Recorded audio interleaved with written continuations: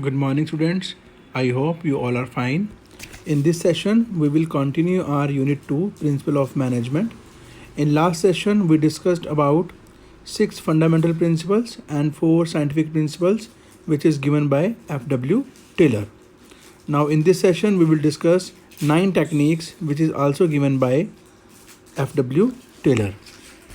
Along with scientific principles, Taylor developed some scientific techniques by conducting various experiments at his workplace. First is functional foremanship. In this technique, Taylor suggested that division of factory in 2 departments, planning department and production department. Taylor felt that workers must be free from the burden of planning and they must concentrate on work and production. Taylor ने पूरी factory को 2 department में divide किया है. One is planning department and second is a production department. And each department has some functional experts who supervise, guide and instruct the workers. हर एक department में functional experts होते हैं. उसका ये मानना है कि one foreman can not be expert in every aspect of work, कि एक फोरमैन जो है सारा काम नहीं करवा सकता वर्कर से. इसीलिए उसने फोरमैन की जितनी भी एक्टिविटीज़ होती हैं, 8 एक्टिविटीज़ होती हैं, तो यहाँ पर उसने 8 फोरमैन्स डिसाइड करे हैं एक वर्कर के लिए. तो basically this technique is based on division of work and specialisation, but this technique also violating unity of command. आपने यूनिटी ऑफ कमांड पढ़ा है, one man one boss, and division of work भी पढ़ा है कि हमने वर्क को divide करते हैं बहुत सारे पर्सनस में. तो यहाँ पर यूनिटी ऑफ कमांड को ये क्या कर रहा है, वायलेट कर रहा है, क्योंकि unity of command one man one boss, लेकिन यहाँ पर एक वर्कर, जैसे कि आप डायग्राम देख रहे हैं, एक वर्कर्स को 8 फोरमैन के नीचे काम करना पड़ रहा है. प्लानिंग ऑफिसर के अंडर 4 फोरमैन आते हैं, route clerk, instruction card clerk, time and cost clerk and discipline officer. And production clerk के अंडर भी 4 फोरमैन्स आते हैं, gang boss, speed boss, repair boss and inspector. Now we will discuss in detail. First is root clerk. This foreman is responsible to fix up the sequence of steps for performing mechanical or manual job. ये हर एक workers की sequence set करता है कि आपने अपना ये काम कंप्लीट करके आगे किसको हैंड ओवर करना है. This is the route clerk. Second is instruction card clerk. This foreman is responsible for giving general instructions necessary to carry on the job. एक पर्सन को काम करना है, वर्कर को काम करना है, कौन सी मशीन यूज़ करनी है, कौन सा मटेरियल यूज़ करना है और मशीन के बारे में डिटेल नॉलेज देना, that is given by instruction card clerk to their workers. Third is time and cost clerk. This foreman is responsible to fix up the time for starting and completion of job.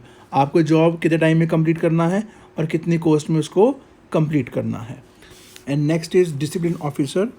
This officer ensure that every work is being performed in a disciplined manner. ये जो officer है rules and regulations बनाता है workers के लिए ताकि systematically work हो. तो these are the 4 foremans in planning department. Next is production department. First is gang boss. Gang boss arranges all the machines, tools and other resources required for performance of the job so that there is no delay. Instruction card clerk ने क्या किया था कि बताया था कि आपको कौन सी मशीन यूज़ करनी है. अब ये गैंग बॉस आपको बताएगा कि आपको वो मशीन कैसे यूज़ करनी, मशीन्स ऑपरेट कैसे करनी है, मटेरियल कैसे यूज़ करना है. Next is speed boss. This foreman ensure timely completion of job, कि जॉब जो है हमारी टाइम पर हो रही है या नहीं हो रही, ये जाकर वर्कर्स की स्पीड चेक करता है. Third is repair boss. This boss ensures that machines and tools are kept in working conditions, कि जो वर्कर्स जो हैं अपनी मशीन्स को प्रॉपर वे से उनकी केयर कर रहे हैं या नहीं कर रहे. तो रिपेयर बॉस का ये काम है. And last is inspector. This boss keeps a check on quality control of the output. वो चेक करता है कि जो रूल्स रेगुलेशन बने हैं उसके अकॉर्डिंग काम हो रहा है या नहीं हो रहा. Next technique is standardisation of work. It refers to the process of setting standard for various business activities. एक बिज़नेस को बहुत सारी एक्टिविटीज़ करनी पड़ती हैं, तो उनका पहले से एक स्टैंडर्ड बना के रखना ताकि वर्कर्स कंफ्यूज ना हो. सपोज़ कीजिए एक कंपनी ए और बी 2 प्रोडक्ट बना रही है. अब ए और बी प्रोडक्ट के लिए दोनों के लिए कौन कौन सा हम रॉ मटेरियल यूज़ करेंगे, कौन सी मशीन यूज़ करेंगे, कौन सा टूल्स यूज़ करेंगे और क्या मेथड होगा, ये वर्कर्स को क्लियर होना चाहिए ताकि कभी भी जब हम वर्कर्स को ऑर्डर दें ए प्रोडक्ट बनाने के लिए, they will not confuse, they know very well कि ए प्रोडक्ट के लिए हमें कौन सी मशीन, कौन से टूल्स और कौन सा रॉ मटेरियल यूज़ करना है। एंड सेम एज़ अगर हमने बी प्रोडक्ट बनाना है तो उसके लिए कौन सी मशीन, कौन सा प्रोडक्ट टूल्स हमने यूज़ करना है। और उसके अलावा एक वर्कर्स ने एक दिन में कितना काम करना है वो भी हमारा स्टैंडर्ड फिक्स होना चाहिए, so that they will not confuse. Next is simplification. It means elimination of unnecessary diversity of product, sizes and types, as more variety means more inventory, more type of machinery, more labor cost. You can understand with the help of example. Example इसमें दिया हुआ है कि एक शू manufacturing company जो है, they always manufacture shoes 0, 1, 2, 3, 4, 5, 6, 7 sizes. उनके sizes का होता है 0, 1, 2, 3, 4, 5 होता है. They never produce shoes 0, 0.5, 1, 1.25, 1.75. आप भी मार्केट में परचेज करने जाते हैं तो आप देखते हैं कि अगर आपको साइजेस जो हैं 2 नंबर, 4 नंबर, 8 नंबर जो चाहिए होता है आपको वो मिलता है. यू आर नॉट डिमांडिंग कि मेरे को 5.5 या 4.5 मेरे को शूज़ का साइज़ है. अगर एक company variety of product produce करेगी तो इस सिचुएशन में क्या होगा, कंपनी को different types of machines install करनी पड़ेंगी, मोर स्टॉक को मेंटेन करना पड़ेगा और इससे हमारी लेबर कॉस्ट भी इंक्रीज़ होगी. और इस टेक्निक का मतलब ये भी है कि ऐसे प्रोडक्ट जिसका कि हमारा मार्केट में डिमांड नहीं है, हमें उनको भी एलिमिनेट कर देना चाहिए, सो दैट हमारी जो कॉस्ट है वो सेव हो. Next is method study. They are the 4 studies. They are called the work study. हमने लास्ट सेशन में डिस्कस किया था और मैंने आपको बताया था कि हम आगे इसको डिस्कस करेंगे हमारी वर्क स्टडीज़ कौन सी होती हैं. तो these 4 studies, method studies, it refers to identify the most suitable way to do a particular activity. एक काम को करने के लिए बहुत सारे मेथड होते हैं, तो वी चूज़ बेस्ट मेथड, और वो मेथड जिसमें हमारे मिनिमम कॉस्ट और मैक्सिमम क्वालिटी और हमारा कस्टमर भी सेटिस्फाइड हो. This is the method study. Next is motion study. The objective of motion study are to determine the movement of workers when they are performing the job, and we will cutting down the unproductive and wasteful movement of workers. जब workers काम कर रहे होते हैं तो उनके अपने movements को देखना कि, और उसके लिए हम जो यूज़ करते हैं instrument movie cameras. Movie camera से हम देखते हैं कि एक वर्कर्स कौन कौन से मोशन कर रहा है वर्क को कंप्लीट करने के लिए, और with the help of this study we will eliminate the unnecessary motions. Example में आप इसमें दे रखा है कि एक ब्रिक कंपनी है और एक मेथड ये एनालाइज करता है कि एक वर्कर्स 18 डिफरेंट एक्टिविटीज़ में एक वर्क को कंप्लीट करता है, और ही एनालाइज कि वो जो काम है 5 और 6 एक्टिविटीज़ में हो सकता है. इट मीन्स इसमें 12 एक्टिविटीज़ क्या है हमारी वेस्टफुल. तो with the help of this study we will eliminate the unnecessary motions of the workers. Next is time study. It refers to determining the standard time required to complete a particular activity. एक particular activity को complete करने के लिए एक time set करना, और ये time हम कैसे सेट करते हैं, इसके लिए हम एक्सपेरिमेंट करते हैं. सेम वर्क जो है हम बहुत से लोगों से करवा के देखते हैं और उनका हम टाइम नोट डाउन करते हैं, और then we will calculate average time. तो this study is conducted with the help of a stop watch. Last work study is fatigue study. It refers to determining the duration and frequency of rest intervals to complete a particular job. Rest से क्या होता है, workers refresh होते हैं. कोई भी काम जो है हम क्वांटिटी में नहीं कर सकते, हमें बीच में रेस्ट चाहिए ही चाहिए. अब आपका भी स्कूल लगता है तो बीच में रिसेस होती है 20 मिनट्स की. अगर हमने घर पे लेबर लगा रखी है वो भी बीच में अपना लंच इंटरवल लेते हैं 1 आवर का. तो रेस्ट आपका जो होता है वो डिफाइन करता है, आपका वेरी करता है वर्क के हिसाब से. अब आप कहोगे आपको 20 मिनट्स की, बिकॉज आपका सारा मेंटली वर्क है, और एक वर्कर जो होते हैं, लेबर होते हैं, उनका सारा फिजिकली वर्क होता है, तो they require 1 hour for rest. और उसके बाद क्या होता है, they work again with their full capacity. Next technique is differential piece wage system. It refers to that technique of scientific management which differentiate between efficient and inefficient workers. हम इस technique की help से हम differentiate करते हैं कि हमारे efficient workers कौन से हैं और इनएफिशिएंट वर्कर्स कौन से हैं.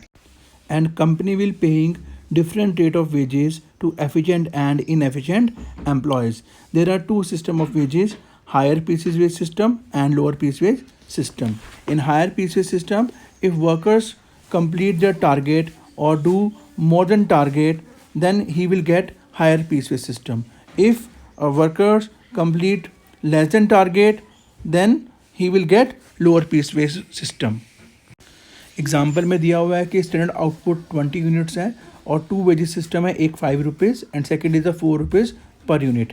वर्कर ए ने जो 20 यूनिट्स बनाए तो he will earn 20 units into 5 because he has produce equal to the standard, तो उसको 100 रुपीज़ मिलेंगे. And B produce only 18 units in a day and he will earn only 72 rupees because he has not completed his target. तो 18 units into 4 unit. अब यहाँ पर B सोचता है कि अगर मैं 2 यूनिट्स और प्रोड्यूस कर लेता तो मेरे को कितने मिलते, 20 इंटू 5 100 रुपीज़. और यहाँ पर देखा है कि 2 यूनिट्स का जो अगर नहीं करा तो डिफरेंस कितना है वेजेस का, 28 rupees. A is getting 100 rupees and I am getting 72 rupees because of lacking the 2 units. तो with the help of this techniques less efficient worker will be motivated to work more and efficient workers will be motivated to maintain their efficiency. तो less efficient workers motivate होते हैं कि हम और अच्छा काम करें ताकि हमें भी हायर पीस वे सिस्टम मिले, और एफिशिएंट वर्कर्स भी अपनी एफिशिएंसी को मेंटेन करके रखते हैं. Next is mental revolution. It refers to the change in the attitude of management and workers towards one another from competition to cooperation. ये कहता है कि मैनेजमेंट और वर्कर्स के बीच में कंपटीशन नहीं होना चाहिए, आपस में कॉपरेशन होना चाहिए. जनरली ये देखा जाता है कि मैनेजमेंट और वर्कर्स के बीच में डिवीज़न ऑफ प्रॉफिट के लिए हमेशा फाइटिंग होती रहती है. दोनों ही पार्टीज़ ग्रेट डिमांड करती है कि हमें प्रॉफिट ज़्यादा मिले. इस सिचुएशन में क्या होता है, कंपनी की रेपुटेशन भी डाउन होती है और वर्कर्स भी डिससेटिस्फाइड रहते हैं. तो इसको दूर करने के लिए आपस में क्या होना चाहिए, कॉपरेशन होना चाहिए, जिससे कि वर्कर्स भी अच्छा काम करेंगे और कंपनी को प्रॉफिट भी अच्छा होगा और कंपनी वो डिवाइड करेगी प्रॉफिट अपने वर्कर्स को. तो these are the 9 scientific techniques which is given by F.W. Taylor. Now we will do comparative study of the contribution of Taylor and Fayol. Students, अभी तक हमने इस चैप्टर में जो डिस्कस किया है 14 principles which is given by Henry fuel and 4 scientific principles and 9 scientific techniques which is given by F.W. Taylor. Now we will do here comparative study of F.W. Taylor and Henry Fayol. They both have given principles and they both are the specialists in the field of management. First is similarities. First point, solution to managerial problems. Both the management experts have presented solutions to the managerial problems based on their experience and experiment. दोनों ही management experts ने solutions यहाँ पर दिए हैं अपने experience और experiment के हिसाब से, और इन सॉल्यूशन को प्रेजेंट किया है इन्होंने शेप ऑफ प्रिंसिपल से. Second is stress on practical aspect.